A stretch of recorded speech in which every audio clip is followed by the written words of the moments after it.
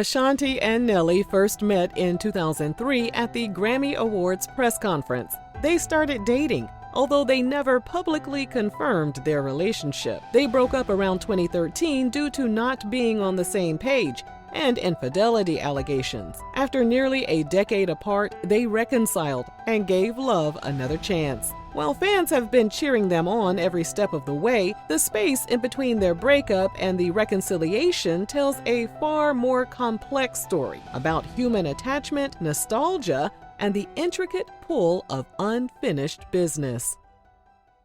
Before we jump into other people's business, don't forget to scoop up something to munch on at rrgsnacks.com, our online concession stand that has an assortment of applewood smoked bacon jerky, freeze-dried goodies, and butter toffee peanuts.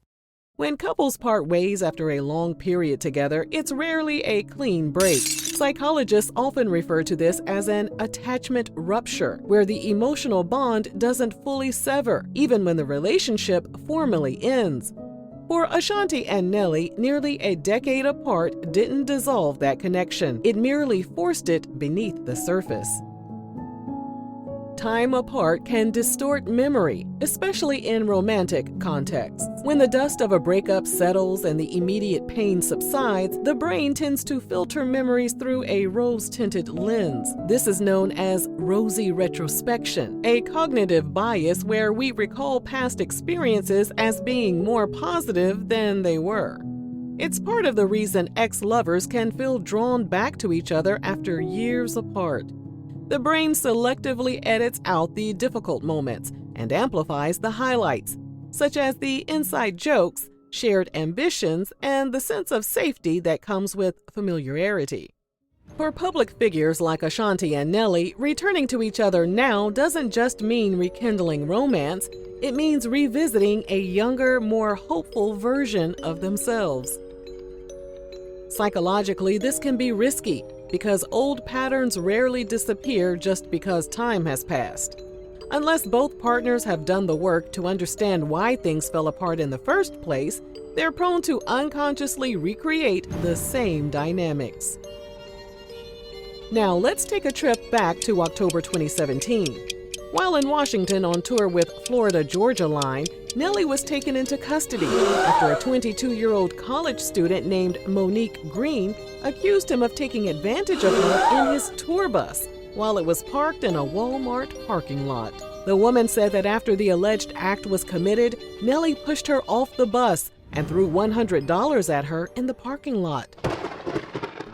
Despite being in a long-term relationship with Chantel Jackson at the time, Nelly admitted to cheating on Chantel by having unprotected, consensual relations with the alleged victim. According to TMZ, Nelly stated Monique was the one who got upset because she thought he was involved with one of his dancers, who was also on the bus at the time. Nelly was released a few hours later without charges being filed. Prosecutors later issued a statement saying they wouldn't proceed with a criminal case because Monique decided not to cooperate. She later filed a civil suit for damages, and her court filings included allegations from two anonymous women in England who claimed the rapper groped them and acted inappropriately toward them in 2016 and 2017. Nelly and Monique settled their lawsuit in September 2018. While the terms were made confidential, Nelly's lawyer told TMZ that no money was exchanged as part of the case's dismissal. Authorities halted an investigation into the case of one of the English women who accused Nelly of assaulting her due to her failure to testify. Now, Nelly's past behavior tells a revealing story about his psyche and raises serious questions about whether Ashanti should feel secure in this relationship. When you look at the multiple accusations of sexual misconduct, the admitted infidelity with a stranger on a tour bus, and his consistent deflection of responsibility, a clear pattern emerges. Even if some allegations were never proven in court, it's the repetition that is concerning. The fact that Nelly was in a long-term relationship with Chantel while all of this unfolded makes it more unsettling.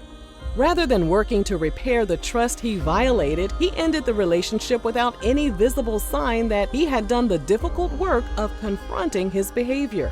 Psychologically, this pattern of avoidance can reflect an avoidant attachment style, where intimacy feels threatening and withdrawing becomes the path of least resistance when conflict arises. And we're not even going to get into his past arrests related to substance use or the other long-standing rumors that have surrounded him for years. If you're interested in all those details, you can watch the previous video linked in the description box. Nelly put Chantel out of her misery by ending their 7-year relationship in the summer of 2021. In September of that same year, Fat Joe invited Ashanti to perform some of their hits during his versus battle against Ja Rule. One thing Fat Joe forgot to do was to let Ashanti know that he had invited Nelly to the battle as well. Toward the end of the online event, Nelly almost broke a hip trying to get over to Ashanti. She later told the Angie Martinez show that it was the first time she had seen or spoken to Nelly in almost 6 years, making for a very awkward moment for her.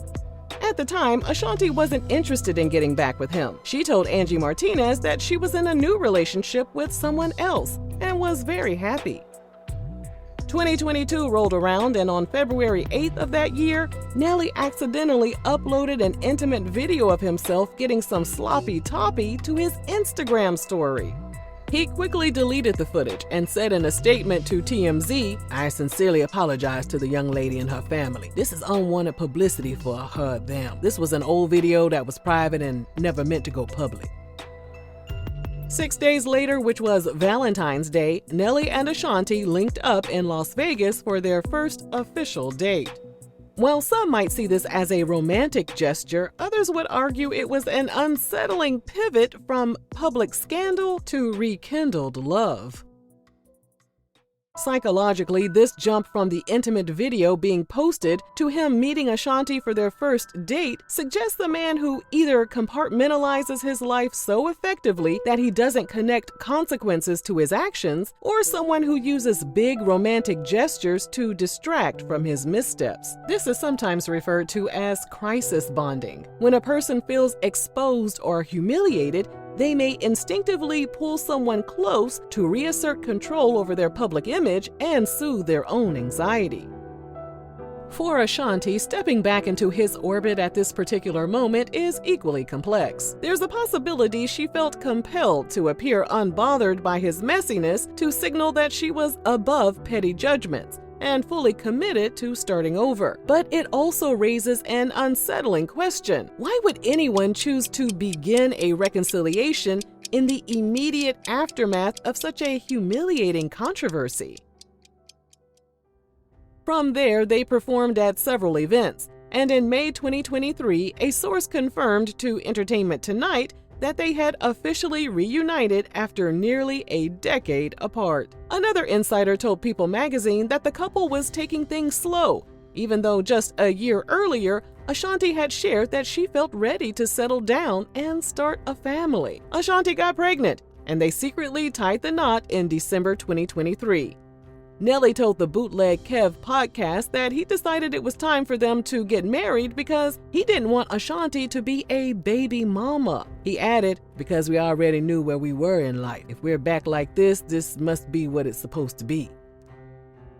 On the surface, this could sound practical or even protective, but psychologically, it reveals deeper concerns about the quality of their bond. Secure attachment in adult relationships is marked by expressions of affection and emotional responsiveness. When a person describes a significant commitment without referencing love, security, or closeness, it can indicate avoidant attachment, where individuals are uncomfortable with deep vulnerability and prefer to frame decisions in detached terms. Nelly's reasoning was almost entirely about optics, since he wanted to ensure that Ashanti wasn't viewed as a baby mama.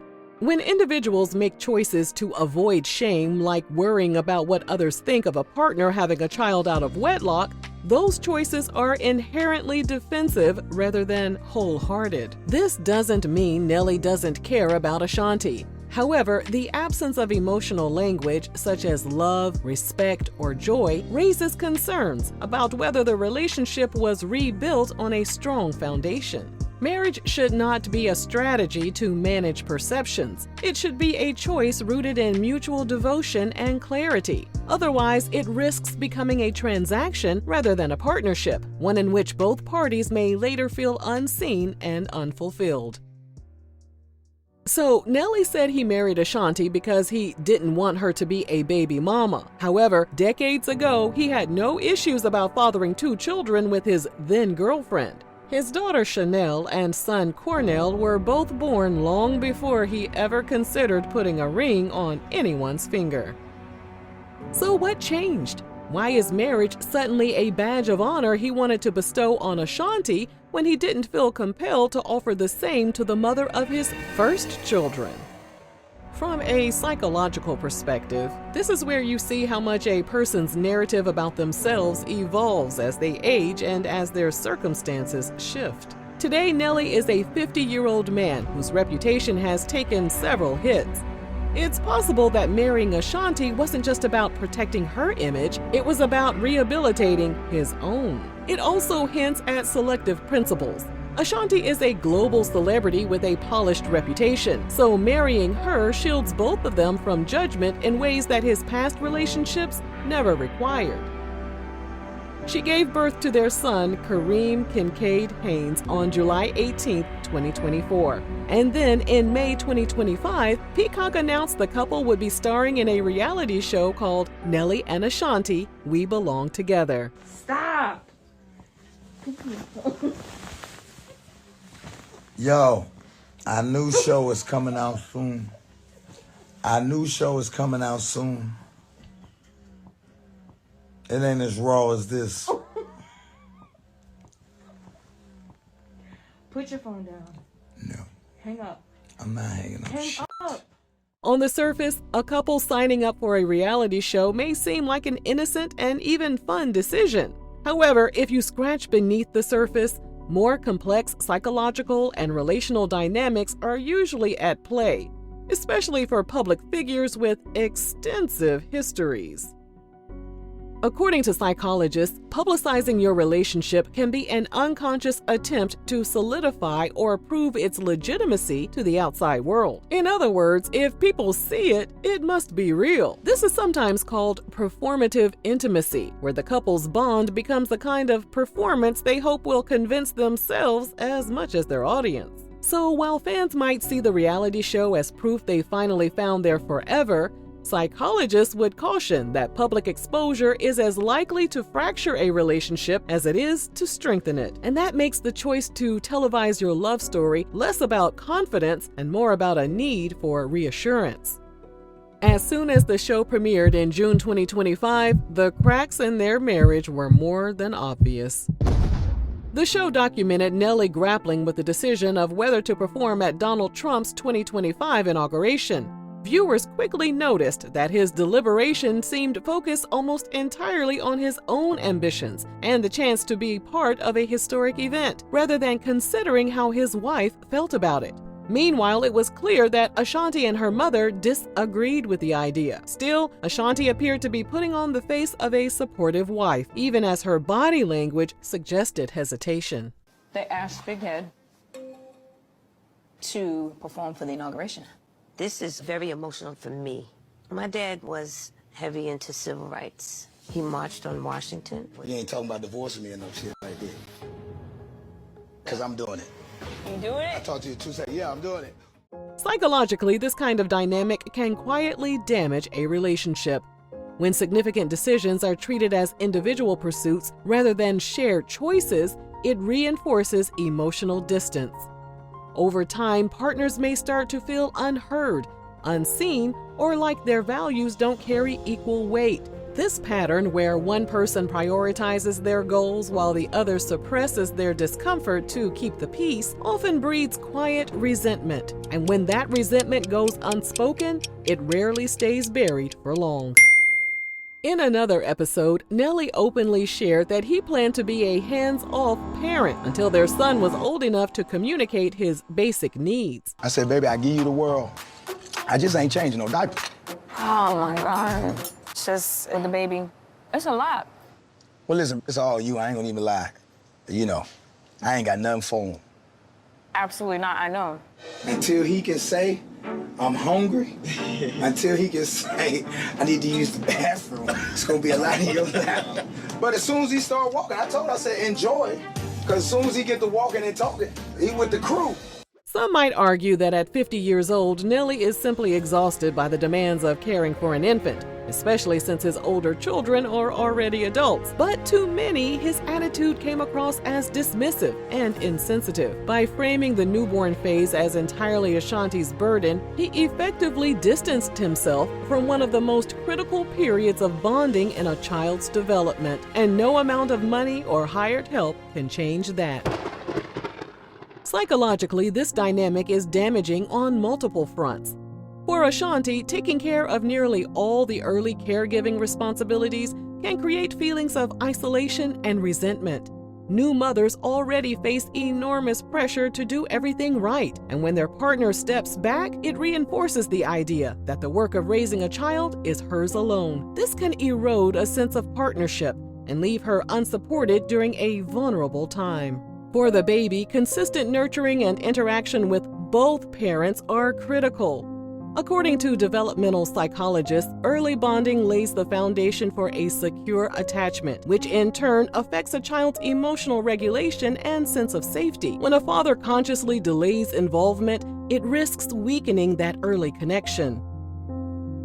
At first glance, Ashanti and Nelly's story feels like a fairy tale, but love alone doesn't erase the patterns we carry or the unfinished business we bury. Reunions often feel like closure, but more often they are a chance to relive old dynamics under the illusion of a fresh start. If there's any lesson to be drawn from this, it's that love is not just about finding the person who feels familiar. It's about daring to confront the parts of yourself that feel safest in dysfunction. It's about asking whether you are together because you've truly done the work to become different people, or because it's easier to pretend the past never happened. For Ashanti and Nelly, the years ahead will demand more than chemistry and shared history. They will require accountability, honesty, and a willingness to sit in the discomfort that comes with building something real. Because in the end, love is not proven by how loudly you announce it to the world. It's proven by whether you can meet each other in the quiet, unglamorous places where genuine connection is built. And if that work isn't done, all the nostalgia in the world won't be enough to keep this story from unraveling all over again.